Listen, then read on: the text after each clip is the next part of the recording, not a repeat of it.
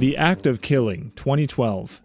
In the 1960s, over 1 million people were killed during anti-communist purges in Indonesia. The killers were never punished. Some even became national heroes. The act of killing gives them the spotlight, but not in the way you'd expect. The film follows Anwar Congo and other death squad leaders as they walk through how they committed mass murder. But instead of confessionals, they reenact their crimes like scenes in a movie. They choose the costumes, they pick the sets, they play both themselves and their victims. There's no narrator and no music, just long, quiet footage of men staging executions like performances, smiling through the details.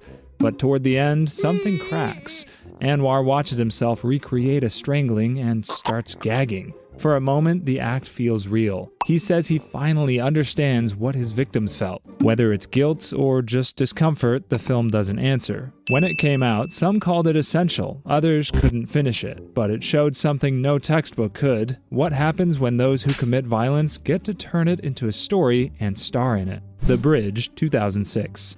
In 2004, filmmaker Eric Steele set up cameras aimed at the Golden Gate Bridge. He didn't announce it, he didn't explain it, he just filmed, every day for a year. He filmed the Golden Gate Bridge for a year, but what he captured wasn't just the view, it was people ending their lives, over and over again. The documentary includes actual footage of multiple people taking their life. No warning, no dramatization, just the raw reality of one of the most frequent life-ending locations in the world. Alongside that, we hear from the victims' families and witnesses. They don't describe the moment of death, they talk about the people who were lost, what they were like, what they carried, and what they left behind. This documentary sparked outrage because of how it was made. Cameras were set up to film such a gruesome thing without alerting the public, raising questions about consent, ethics, and the role of the filmmaker. Some families claimed they didn't know their loved ones would be shown in their final moments. The Bridge never got an official ban, but a lot of theaters just didn't want to touch it. It stirred up arguments fast, about consent, about the limits of documentary, and about whether some things are too painful to put on screen. Titicut Follies, 1967. In 1967, a filmmaker named Frederick Wiseman brought a camera inside the Bridgewater State Hospital for the Criminally Insane in Massachusetts.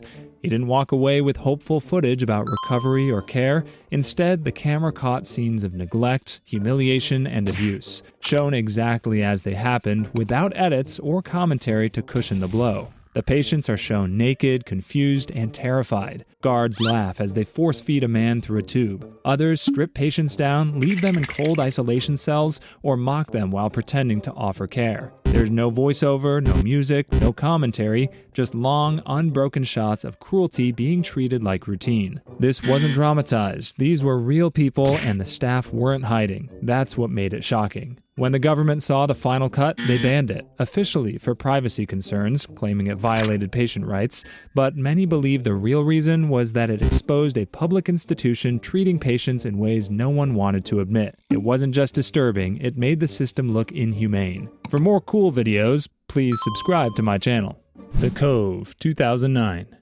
It opens like a vacation ad. Bright water, leaping dolphins, the kind of footage you'd see on a travel brochure. Then the tone shifts, and suddenly you're watching something much darker. In a quiet town in Japan, dolphins are herded into a cove, trapped behind cliffs, and slaughtered out of sight. The filmmakers didn't just show up with cameras, they planned like they were staging a heist, hiding mics underwater, flying drones at night, even disguising cameras as rocks. They came to document a hunt, but ended up capturing a massacre. The water turned red, and suddenly it wasn't about fishing anymore. The dolphins didn't go quietly. They flailed, screamed, and tried to climb over each other to escape. Locals explained it as tradition, but to the filmmakers, it looked more like a ritual no one was supposed to witness.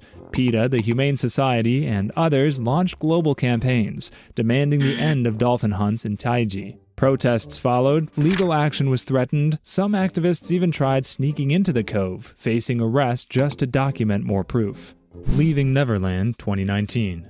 Wade Robson was 7 when Michael Jackson started calling his house. James Safechuck was 10 when Jackson invited him to his hotel suite. Leaving Neverland follows these two men as they recount in full detail what they say happened behind the curtain of global fame. They met Jackson as child fans, Wade through a dance competition, James through a Pepsi commercial. Their families were drawn into his orbit. tour invites, gifts, and trips to Neverland Ranch. Both boys were told they were special, and according to the documentary, that trust was manipulated. The men described being coached to keep secrets. The alleged abuse included graping, SA, and sometimes in rooms that were isolated or had warning systems to prevent interruptions. They say Jackson told them it was love, and warned them that if anyone ever found out, they'd both be in serious trouble. Meanwhile, their parents were kept physically nearby, but emotionally removed. The documentary uses real footage, faxes, home videos, handwritten notes. There's no voiceover, no dramatic score, just two calm, adult voices explaining how something that looked like kindness was actually manipulation and control, hidden in plain sight. The Disappearance of Maline McCain, 2019.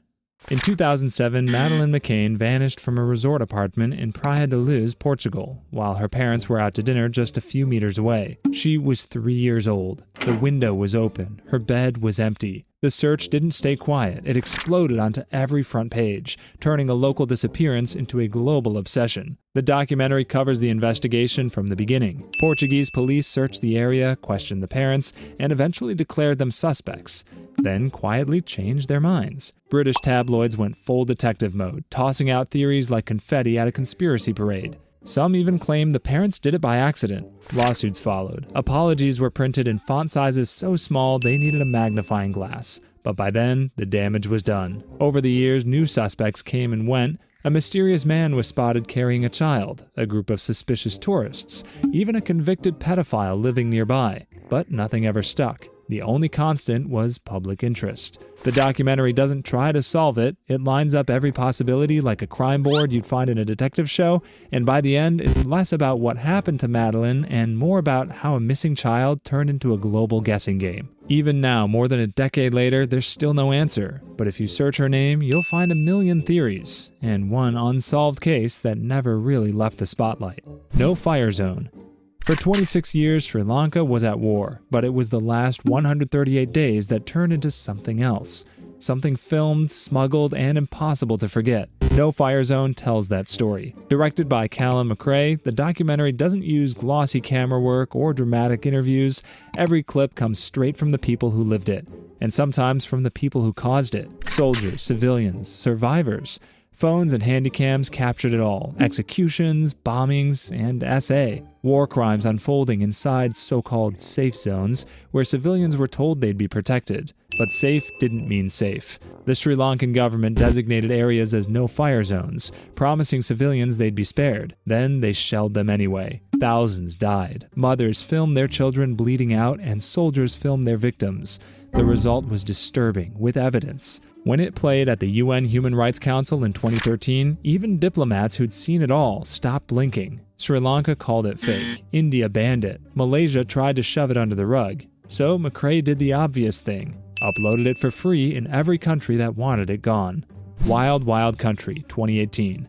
It begins with a man in orange robes and ends with an armed cult building a city in Oregon. Wild Wild Country tells the story of Bhagwan Sri Rajneesh and his followers, who fled India in the 1980s and decided rural America was the perfect place for a utopia. Until it wasn't. They bought land, they built homes, they wore matching clothes. Then they bought guns. Soon, the Rajneeshis weren't just meditating, they were clashing with locals, stacking legal teams, and quietly planning how to take over the nearest town. At one point, followers bust in thousands of homeless people just to swing a local election. When that didn't work, things escalated into something you'd expect from a thriller: wiretaps, poisonings, bioterror attacks. In 1984, they launched the largest biological attack in U.S. history by contaminating salad bars with salmonella. All of it happened while most Americans had no idea. No viral headlines, just a spiritual movement quietly turning into a hostile takeover. Instead of picking sides, it walks you through the mess as it unfolded. Devotion turns into paranoia, loyalty turns into fear, and somewhere in the middle, a woman named Ma Anand Sheila becomes the most dangerous secretary in America. The Kenneka Jenkins case, 2017. Kenneka Jenkins was 19 when she went to a party at the Crown Plaza Hotel in Illinois. Hours later, she was found dead in a walk-in freezer. No witnesses, no clear timeline, just a mother searching a hotel while staff stalled and police shrugged. Surveillance showed Kenneka stumbling alone, clearly in distress.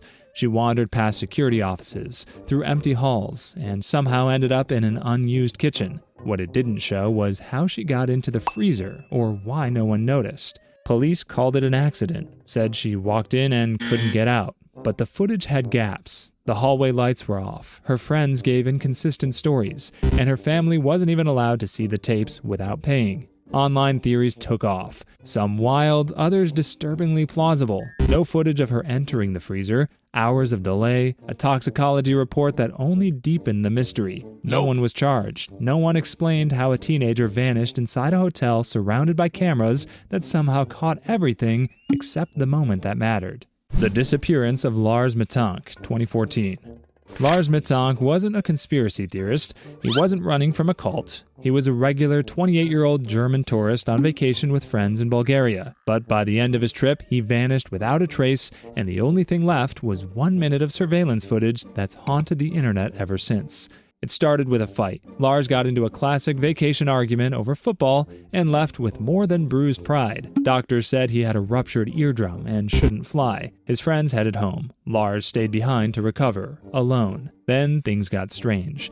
He started texting his mother, saying he didn't feel safe. He thought people were following him. He switched hotels. He told her not to cancel his credit card, even though no one had asked. On the day of his flight, he made it to the airport. He even checked in. Then, while inside the terminal, he suddenly ran out, leaving his bag behind. Security cameras caught him sprinting through the parking lot, over a fence, and disappearing into the woods. No one has seen him since. There was no follow-up, no final message, no confirmed sightings. Just a man who looked terrified, running like his life depended on it from something no one else could see.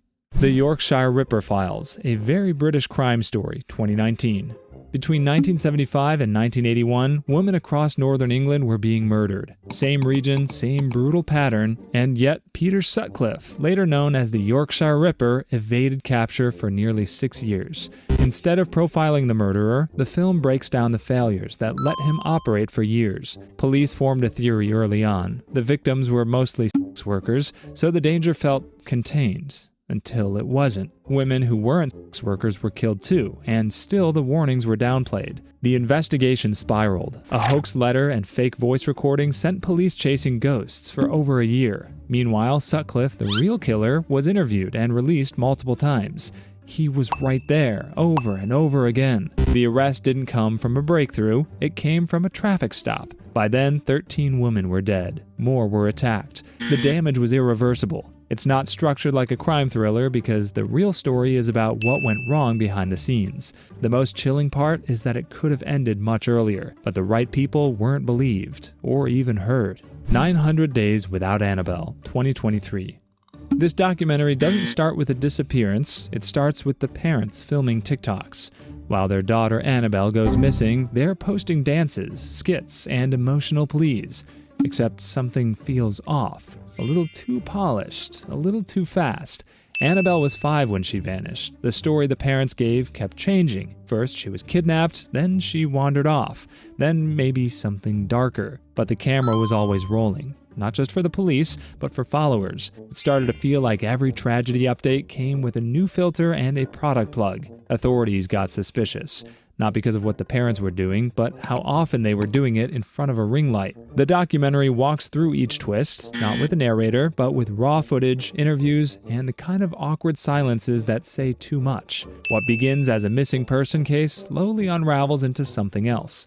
A spotlight obsession dressed up as concern, how grief becomes branding, and how the internet might give attention to the loudest person in the room, not the one who needs help. No jump scares, no plot twists, just a story that slowly, painfully comes undone in public, one post at a time. The War Games. In 1965, the BBC asked filmmaker Peter Watkins to make a documentary about what a nuclear strike would look like in Britain. What they got back was so real and grim, they treated it like radioactive waste, locked it up, and hoped no one would ask about it for the next 20 years. Watkins picked Kent as the target. The film shows a bomb hitting the country, people vaporized instantly, fires ripping through homes, hospitals overwhelmed, and police executing looters. Radiation sickness spreads, food runs out, society collapses. A priest tries to give the last rites to the burning dead. None of it was flashy. It was filmed like a BBC News report, black and white, shaky footage, everyday people as actors. It looked like breaking news from a future that was getting closer every day. The most disturbing part wasn't the bomb, it was how useless the government looked. Civil defense plans fell apart in hours. Pamphlets about sheltering under a door felt like satire. When Watkins submitted the film, BBC execs panicked. They ran it by the government. Even the Prime Minister watched it and said no. The official reason? Too horrifying. But behind the scenes, they were worried it would destroy public trust in civil defense. The film won an Oscar in 1967, but Brits couldn't see it on TV until 1985. By then, it was an urban legend.